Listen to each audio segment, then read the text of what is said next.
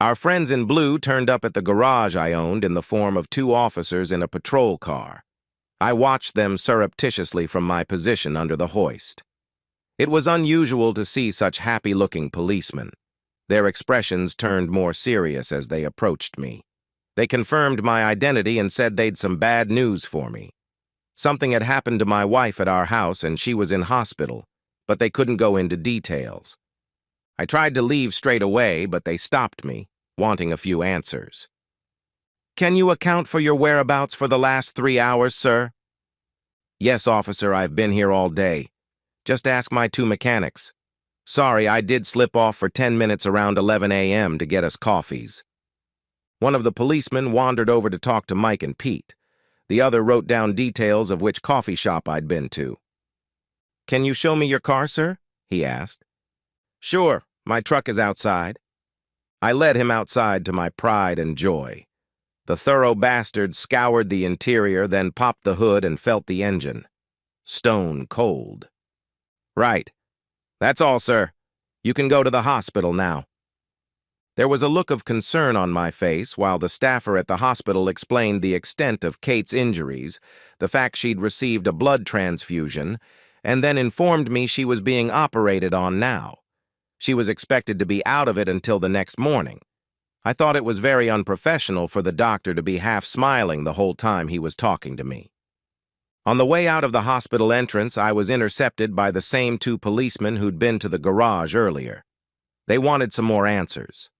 We retired to the hospital cafeteria for some much-needed coffee.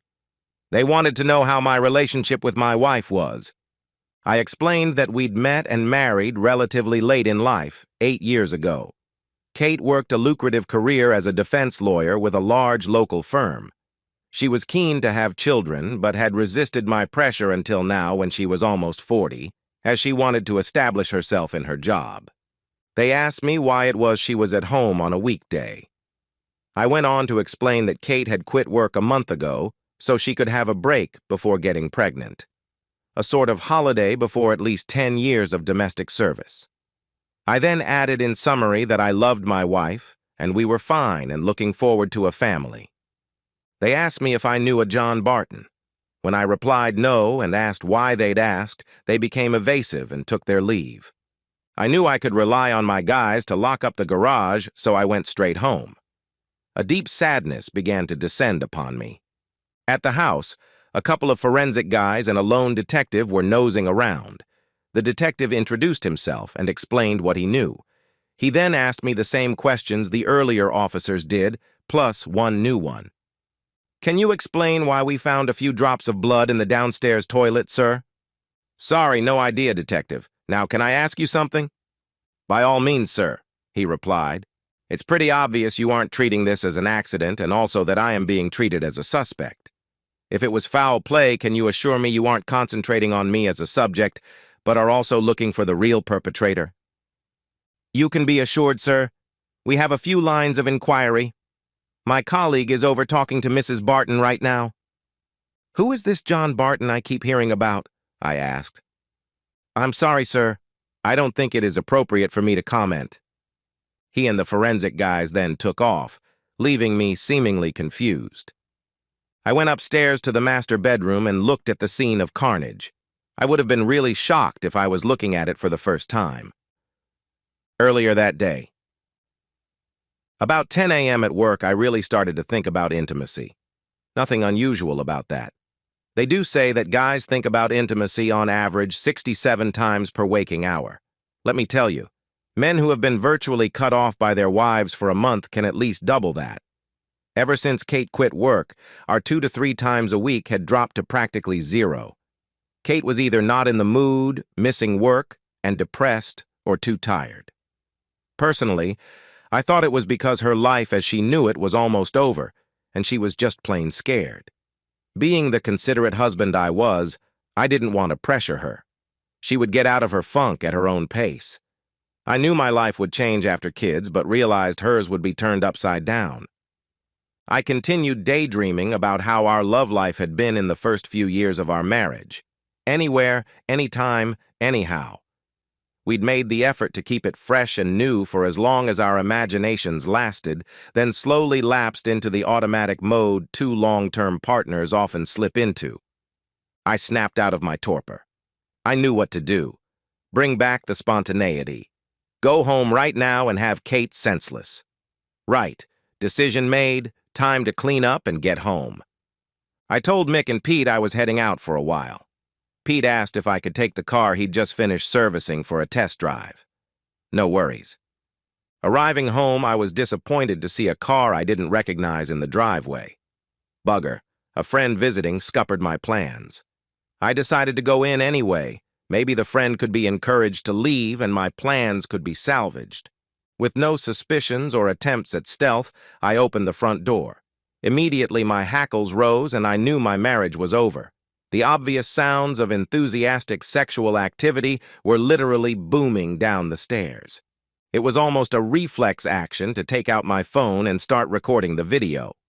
Whenever a customer delivered a car to the garage, I always made a quick video log so we couldn't be accused of scratching it. With my heart racing, I sprinted up the steps and with video at the ready looked in the master bedroom door. Yes, it was Kate.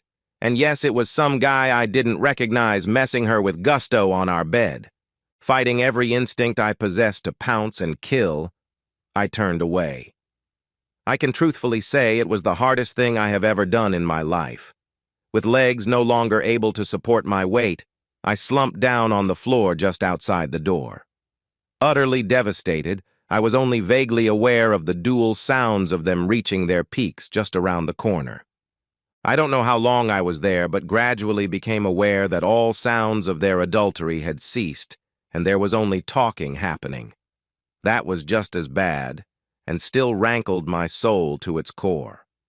I instinctively knew that I must get out of earshot so I could gain the time to process. I was fully aware that all input to the brain goes straight to the emotion center before going to the logic part of the brain for processing. I also instinctively knew that any reaction of mine based on emotion would end up with at least him in the hospital and me in prison. I needed time to think. Quietly, I got up off the floor, tiptoed downstairs, and collapsed onto the couch. I knew that if they came downstairs soon, I wouldn't be capable of controlling my actions, but my legs just wouldn't take me any further. Frankly, I was in emotional crisis. I couldn't have been more overwhelmed if I'd walked in on Mother Teresa being screwed by all 7 of Snow White's dwarves. Away from the sights, smells, and most of the sounds of betrayal, I was freed from emotional distractions. I did what I knew I did best, and came up with a plan. It was blatantly copied from the coalition's invasion of Iraq in the Second Gulf War. Shock and awe. Strike with such speed and ferocity that all reactions were stupefied. Drag him from the room and out of her sight. Beat the hell out of him somewhere it wouldn't bruise too much. The stomach should be just right. Then throw him naked out the back door. Return for her and throw her naked out the front door. That should give them the right impression and leave me with my liberty assured. With no bruising and no witness, hopefully, I would avoid the law. Luckily, I had the perfect shock and awe weapon in my workshop. 2 years ago, I'd been in the Army Reserve, National Guard, where, due to my mechanical skills, I'd been made an infantryman. Yeah, logical, right? After one weekend exercise, I had been detailed to clean out the trucks we had returned to base in. That's where I found an itty-bitty device that was going to come in handy now. The police call them stun grenades. Special forces call them flashbangs. Slightly larger than a normal grenade, they are basically a small canister with a lever and pin mechanism for ignition. They were specifically made for hostage rescue and were designed to do little physical damage so they could be lobbed into a room full of innocents with no lasting harm. Sure, they would blow a few fingers off if you held one in your hand, but were generally harmless. What they did do, however, was go off with an 8 million candle power flash and a 170 decibel bang. The flash alone could stun a person to extreme non-function for at least 5 seconds. My devious mind, driven by newly acquired hate, quickly formed the rest of the plan. I didn't want to damage to my own house, so I couldn't just lob it onto the floor. Plus, the noise of it hitting would alert them. I didn't want that. I retrieved the device and quickly taped a short piece of rope to it, then put a loop in the end of the rope. Thus prepared, I tiptoed back upstairs. As I got closer, I realized that stealth was again unnecessary. I could plainly hear a man's groans coming from the bedroom doorway. Stopping only to pick up my phone from the floor outside the door where I'd dropped it, I glanced around the doorframe. Obviously ready for round two, the guy was standing at the foot of the bed facing the door. Kate was on her knees with her back to me, seemingly getting him fully excited with one of her signature mobs. Her head was languidly bobbing backward and forwards.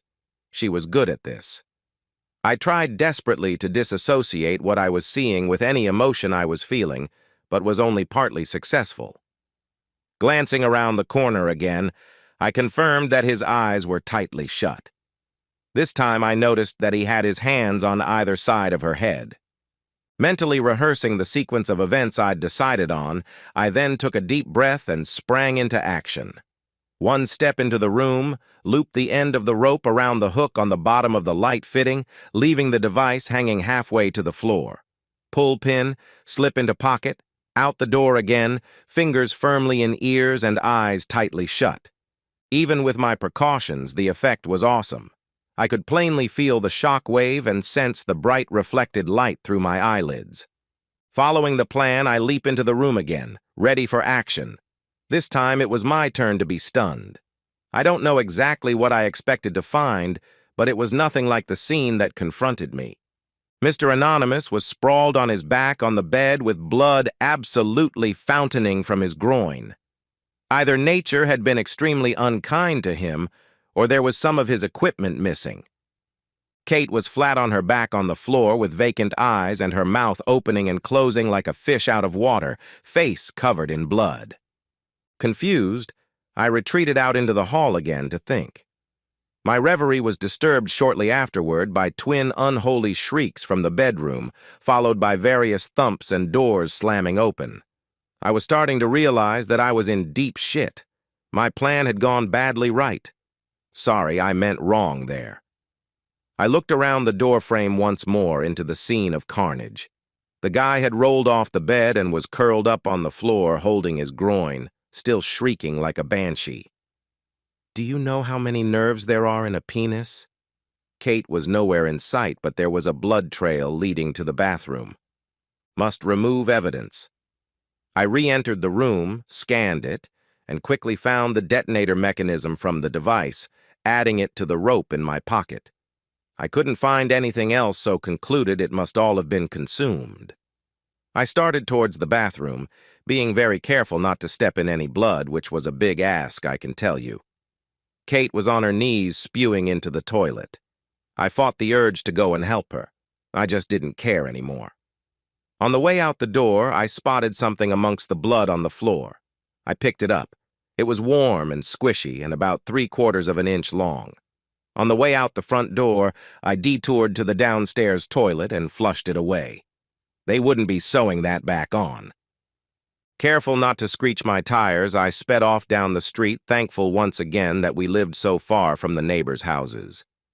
Halfway back to the garage, I dumped my pockets into a roadside bin. 10 minutes later, I was back in the small garage that I called work. I called over Pete and Mike, the two grubby, oil-stained guys I call my employees and friends. They hurried over, seeing I was rattled. Guys, I need you to be my alibi for the last 45 minutes. What do you say? Sure, boss, came almost simultaneously from them. Well, before you agree so hastily, I'd better tell you that what I have done is pretty bloody serious, and once I tell you what it is, you may not be so quick to answer. I don't know what the heck I will be charged with, but it could mean prison time. Before I explained it to them, I went to my office and threw on an old, dirty set of coveralls. I then went over to the bin and grabbed an oily rag, rubbing it into my face and arms.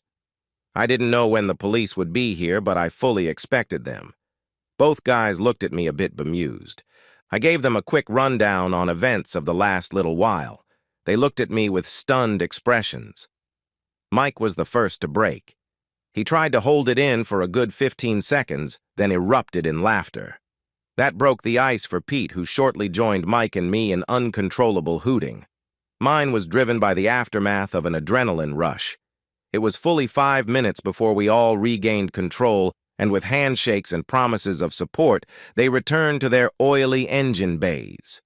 For the next hour, spontaneous chuckles could be heard from inside various grimy spaces. My wife, Kate, was about to reap the reward she'd earned for being aloof with my lowly friends in the past. Do you know how hard it is to clean blood up?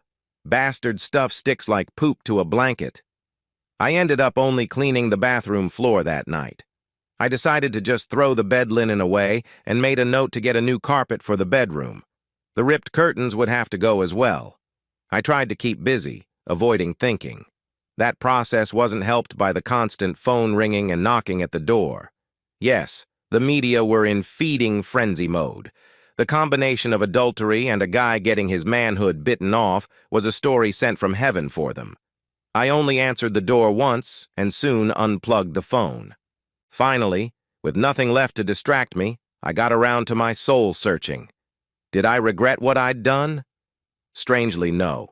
I hated cheaters with a passion.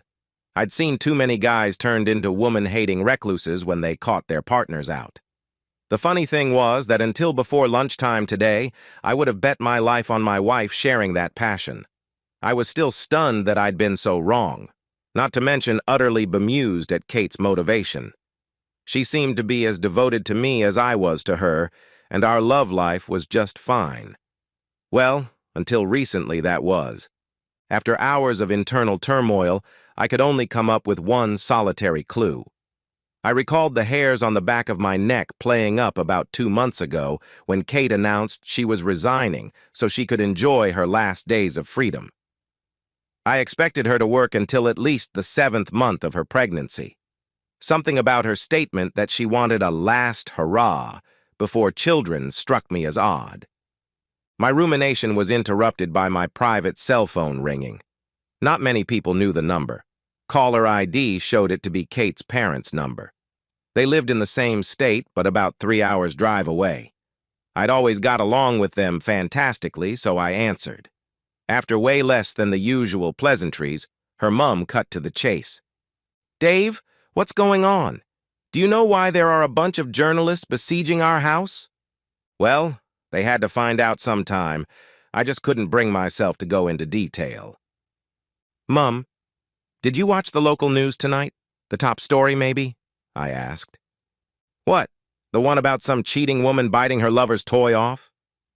I'd always loved her mum's colorful language and no-nonsense views on life, but hell, she wasn't making this conversation easy. "Yes, Mum. Look, there's no easy way to say this, so I'll just launch straight in. The woman was Kate." Luckily, my discomfiture was cut short by a scream, followed by a dial tone. As I pressed the end button on the phone, I noticed an alert on the screen. Memory full. That reminded me that I'd recorded the ending of my marriage a bare 8 hours before. I had vague memories of leaving the phone recording outside the bedroom door. I knew that if I never discovered and believed the reason why Kate had done what she did, I might never trust another woman ever again. There was a good chance I would die a lonely misogynist, doomed to a wasted life. With desperate hope, I started the video playback. The screen showed the view I saw walking along the hall to the bedroom. I closed my eyes when it peeped through the door. I already knew what it showed. Kate with her head on the pillow, back in the air, being engaged from behind. The pain was just too fresh to relive that scene yet. I opened them in time for when I'd put the phone on the floor. With no visual, just a view of the hall ceiling, I had to imagine Mr. and Mrs. Adulterer lying side by side on the bed. I couldn't make out the audio clearly, so downloaded the file to my computer and ran it through an amplifier. This is the relevant part of their conversation. "Wow, Kate, that was fantastic. In fact, the last week has been great. Does it have to end today? My offer still stands. Just give me the word and I'll divorce Sarah and marry you." "Yeah, like that will work. Great start to a marriage hooking up with a guy that will mess around on his wife and kids. No. I love Dave way too much to hurt him like that. Besides, he is a great husband and will make a good father. After today, I'll be Mrs. Goody-Goody's housewife, at least until the youngest of our kids goes to school. You can't love him that much. It's not him lying here, is it? No, you're wrong. I do love him dearly. The moment I met him, I knew he was my one and only soulmate. I'll never meet another. We are so in tune, sexually, that he can take me places no one else ever has.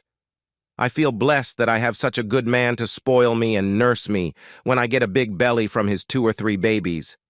No, I want nothing more than to die in his arms, surrounded by our grandchildren. Well, that was a fine speech, counselor, but one that begs the obvious question. Why is it that I'm here with you? At least Kate had the humanity to give this some thought. There was a good half a minute of silence. I guess I just miss being single. I didn't get married until I was 31 and was a bit of a wild girl. I miss just going into a bar and getting hit on by a variety of guys. The thrill of leading a guy on and then deciding on impulse if he's going to score or not. Every second weekend lately, Dave has been going deer shooting with his buddies. 3 weekends ago, I decided to go for a trip down memory lane and hit a bar. That led to a one-night stand, which was kinda all right but unsatisfying. Then last Saturday, I happened to go to the bar where you were, and so here we are. Christ, that's cold, Kate, he replied. Just think of it as the last hurrah. Anyway, what are you complaining about, Mr. Big? Come here. I said it had to end today. I didn't say it had to end right now. I turned off the audio.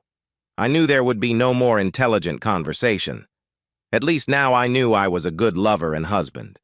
The problem wasn't me. The next days were an anticlimax. After 2 days, the reporters demobbed and left my quiet street. I did get a phone call from a hospital administrator passing on a message that Kate would like some of her pajamas. I passed on that one.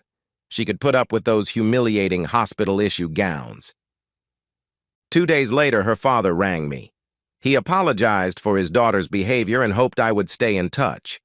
To try to sweeten the deal, he reminded me that he did have another daughter, and she was recently divorced. Sorry, Dad, just too weird. 4 days after the event, it was back on the news again.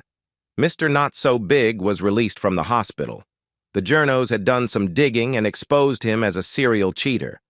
Thus, they took some delight in announcing that although the surgeons managed to sew his manhood back on, it was very unlikely that it would achieve at least one of its designed functions.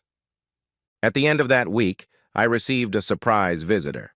Mrs. Barton, or Sarah, as she insisted I called her, was a fine-looking lady with sad eyes.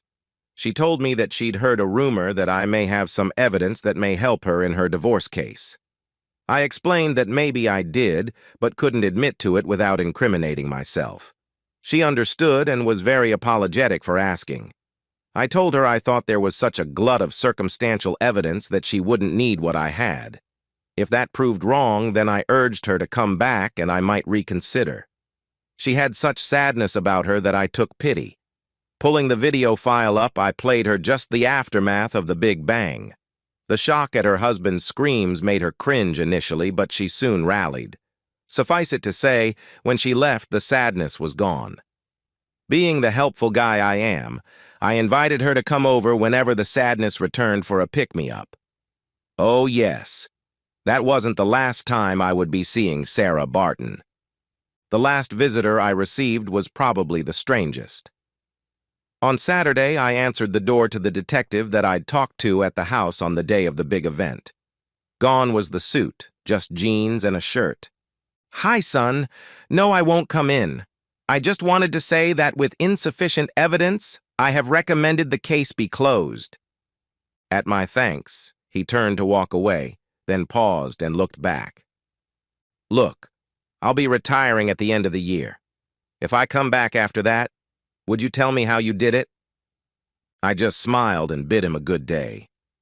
The letter from Kate arrived the following Tuesday. "My dearest Dave, I cannot tell you how ashamed and sorry I am for what I did to you. I fully understand why you haven't been able to bring yourself to visit me, and I forgive you without reservation. I never thought of the full extent of possible repercussions for my actions. I certainly never knew my parents would virtually disown me over the phone. I know that I have forever lost your love, trust, and respect, which hurts me more than I can possibly describe. I understand if you don't ever want to speak to me again, but it may help your recovery if you allow me to explain why I did what I did. Just be assured it was all my fault. It's your choice. You know where I will be for a while. The doctors say I won't be able to speak properly for a long time, if ever. They think I swallowed the tip of my tongue when I bit it off. They are telling me about some experimental stretching techniques that may restore some function. I hope it works, so I can at least return to my career as some distraction from the dreary, loveless, childless future I now face. Ask for anything you like in the divorce and I will sign it. If you could find it in your heart to keep me on your medical insurance for the near future, I would be eternally grateful. Goodbye, my love. I wish you nothing but happiness in the future.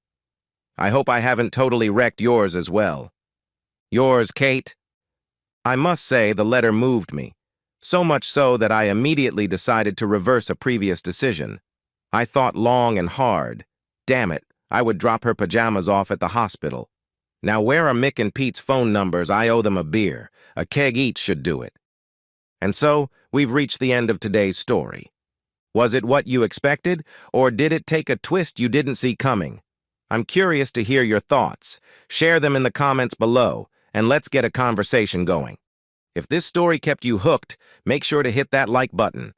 And if you're new here or just haven't subscribed yet, now's the perfect time to join our community. I bring you fresh, captivating stories every day, so click that subscribe button and turn on notifications so you never miss out. Thanks for watching, and I'll see you in the next one.